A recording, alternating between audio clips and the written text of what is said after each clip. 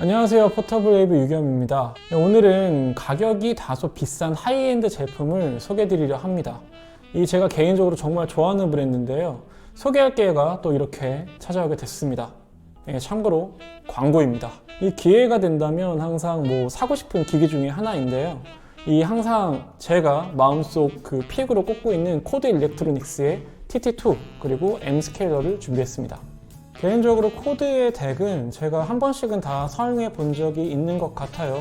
예전에 저희 채널에서도 TT2와 데이브를 직접 비교를 해서 들려드린 적도 있었습니다. 혹시 관심이 있으신 분들은 그 영상도 한번 찾아봐 주셨으면 좋겠습니다. 전에 한번 소개해 드린 적이 있듯이 코드 일렉트로닉스는 영국의 대표적인 하이파이 오디오 제조 업체로서 특히나 디지털 관련 분야의 전문적인 기술을 가지고 있는 그런 브랜드입니다. 저는 코드라고 하면 가장 먼저 떠오르는 게 이 덱들인데요. 이 회사가 자랑하는 대표적인 기술이 두 가지가 있습니다.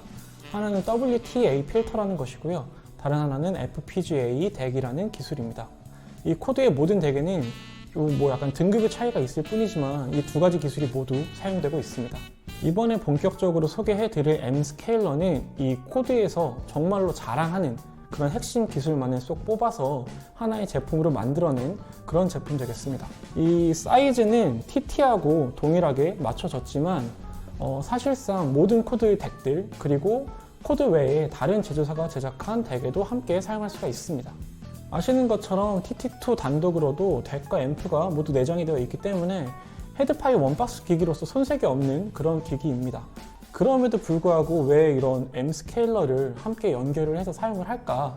여기에 대해서 궁금해 하시는 분들이 계실 것 같은데요. M 스케일러는 이 소스기에서 TT2로 음원 파일을 전송하기 전에 그 사이에 들어가서 신호를 보다 질적으로 향상시키는 그런 역할을 담당하고 있습니다. 해당하는 기술은 이미 덱 파트 안에 앞단에 들어있는 그런 기술입니다.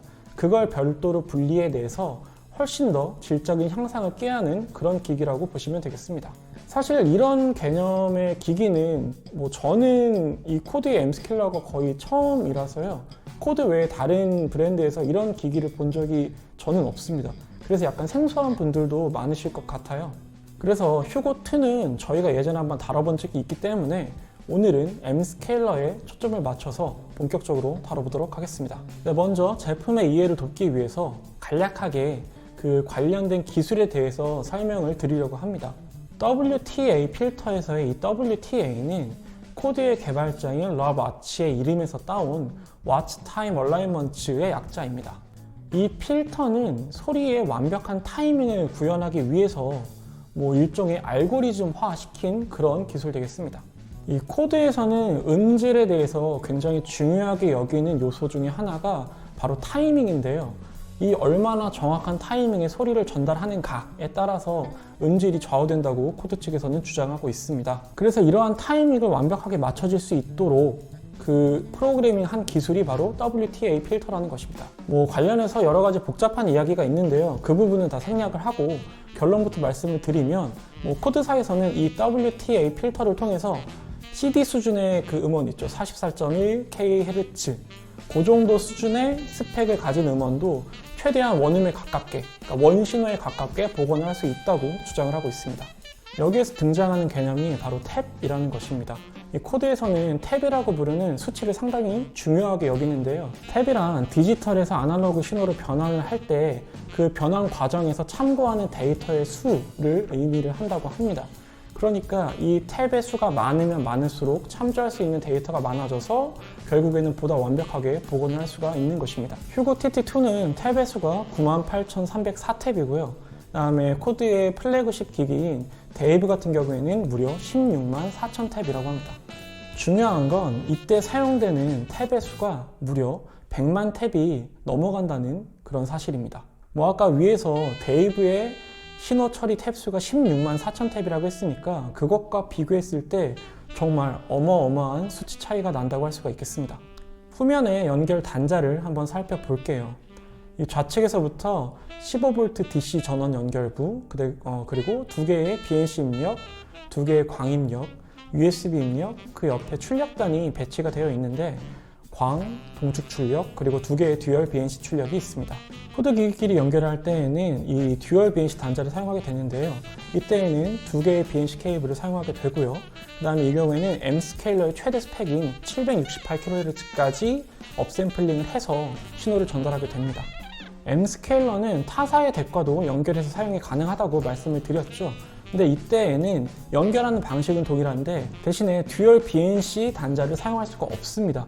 그래서 이 경우에는 하나의 BNC 출력 또는 동축 출력 등으로 연결하게 됐는데, 다만 이때 전송되는 음원의 최대 스펙이 이 768kHz의 절반 수준, 절반 이하로 떨어진다는 그런 단점은 가지고 있습니다. 싱글 BNC 단자를 연결할 경우에는 최대 384kHz까지, 그리고 광이나 동축 단자를 연결할 때에는 192kHz까지로 그 스펙이 제한이 됩니다. 사실 같은 코드의 기기끼리 연결하는 것이 가장 좋은 그런 초이스이긴 한데요.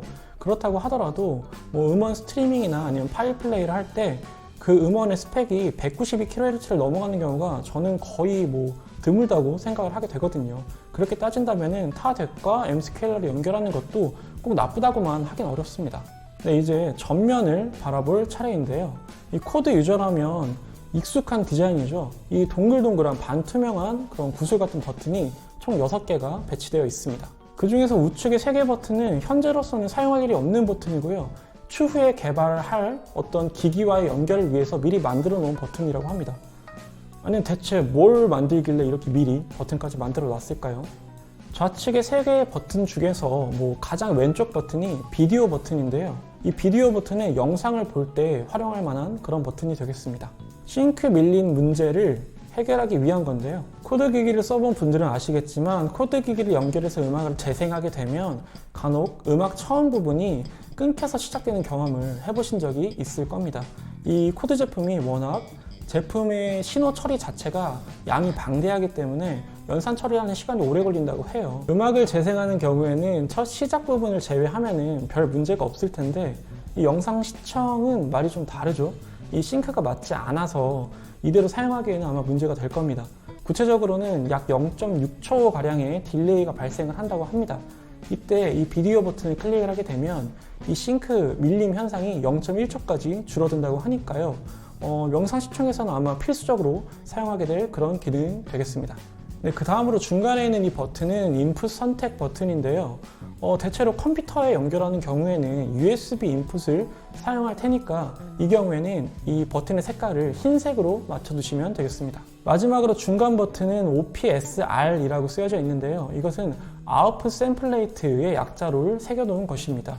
이 로우부터 맥스까지 총 4단계의 업샘플링 정도를 선택을 할 수가 있습니다.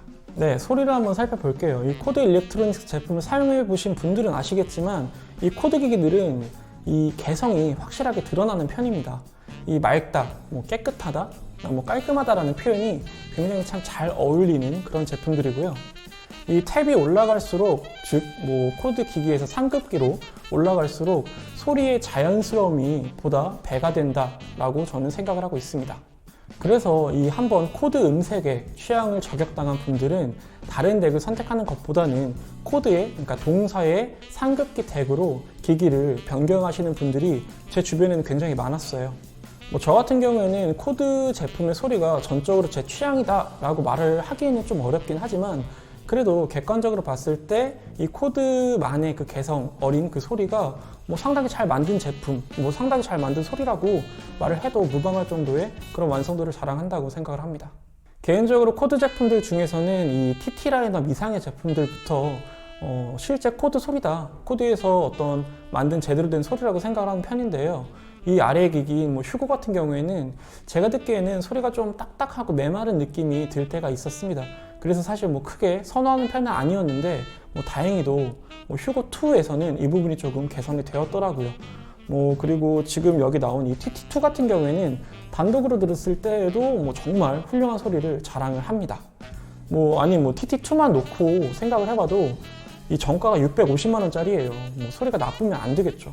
그런데 여기에 이 M스케일러를 붙여서 노래를 들어보게 되면 단번에 소리가 한결 여유로워진다는 걸 느끼실 수가 있을 겁니다.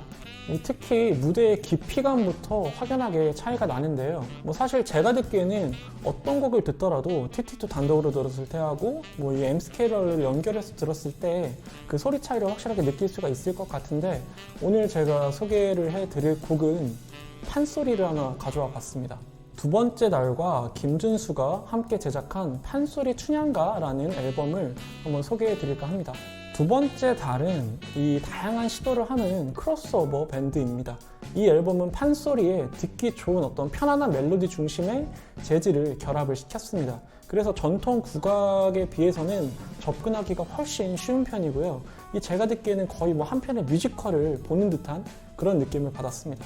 이 분명 TT2만 놓고 들어도 와 좋다 이런 생각이 바로 드는 그런 소리였는데, 여기에다가 M 스케일러를 올려서 듣게 되면은 바로 극장의 질 자체가 달라집니다.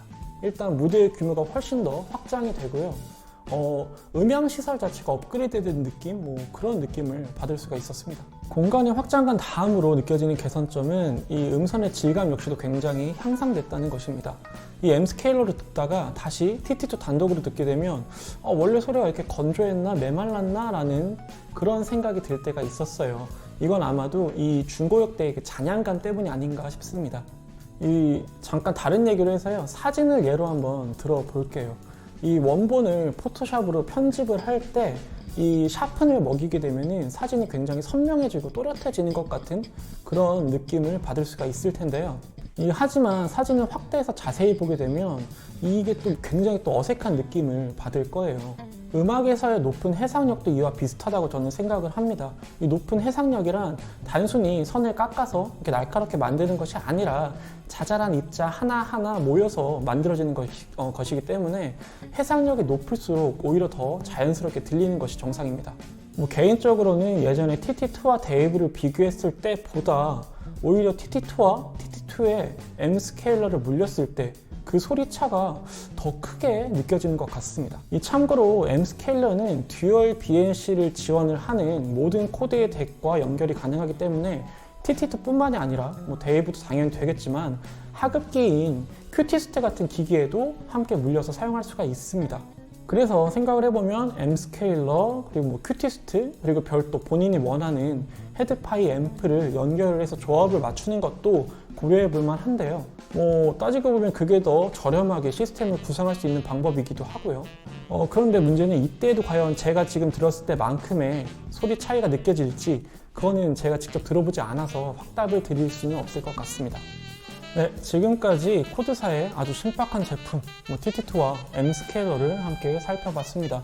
저희가 작년 초에 오디오 쇼에 갔을 때 M 스케일러를 처음 들어볼 수가 있었어요. 근데 당시에는 주변이 워낙 시끄럽기도 했고 진득하게 들어볼 시간 자체가 없는 편이어서 개인적으로는 과연 M 스케일러가 얼마나 소리의 향상에 도움을 줄지 많이 궁금했는데, 이번 기회에 제 개인적인 궁금증도 많이 해소할 수가 있었습니다. 제 평가는요, 일단 좋네요. 굉장히 좋습니다. 코드에서 자신있게 기술을 설명한 이유가 있었던 것 같아요. 이 소리가 그 자신감을 대변을 해주고 있었습니다. 참고로 제가 리뷰를 준비하면서 M 스케일러의 TT2와 별도의 덱을 TT2는 듀얼 BNC 단자를 이용을 했고 별도의 덱은 광단자를 이용을 해서 동시에 연결을 해서 사용한 적이 있었는데요. 이때에는 양쪽 덱에서 동시에 신호를 받아서 소리가 출력이 되었습니다. 보통 이렇게 사용할 일은 거의 없을 텐데요. 그래도 멀티 출력 용도로 사용할 수도 있다는 소리가 되겠죠. 대신 이 M 스케일러 기기 자체적으로 아웃풋, 그러니까 출력을 선택할 수 있는 그런 기능이 없습니다. 그래서 연결하면 무조건 양쪽 덱에서 다 소리가 나요. 이거는 살짝 아쉬운 점이긴 합니다. 저는 꼭 코드 덱이 아니더라도 별도의 덱에 M 스케일러만 연결을 해서 듣는 것도 굉장히 들어볼 만한 가치가 있을 것 같다는 생각이 들었습니다. 앞서 제가 M 스케일러에 대한 그 평가가 다른 덱에 물렸을 때에도 거의 그대로 투영이 되었습니다. 최대 스펙에만 연연하지 않는다면 M 스케일러로 신호의 질을 높인 뒤에 본인 상황에 맞는 덱으로 들으신다면 보다 자연스러운 질 높은 소리를 들으실 수 있을 겁니다. 개인적으로도 어느 수준의 기기까지 M 스케일러가 소리의 질을 향상시켜 줄 수 있을지 굉장히 궁금한데요.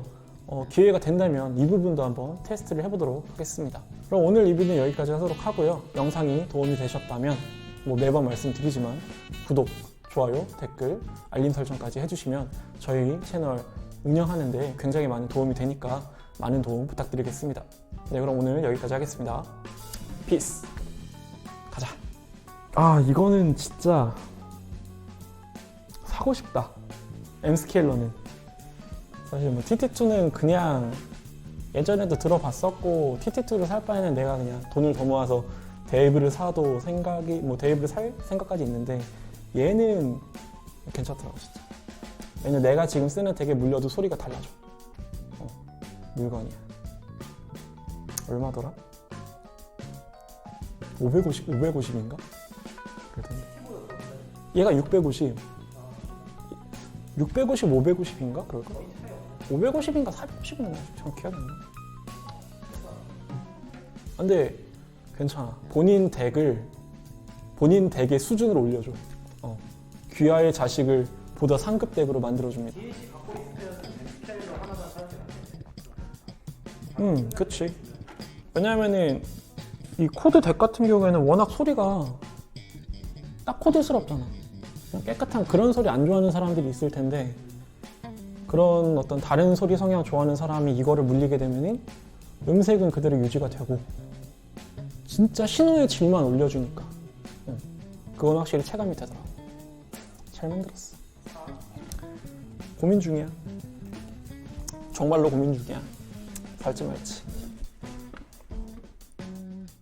광고입니다.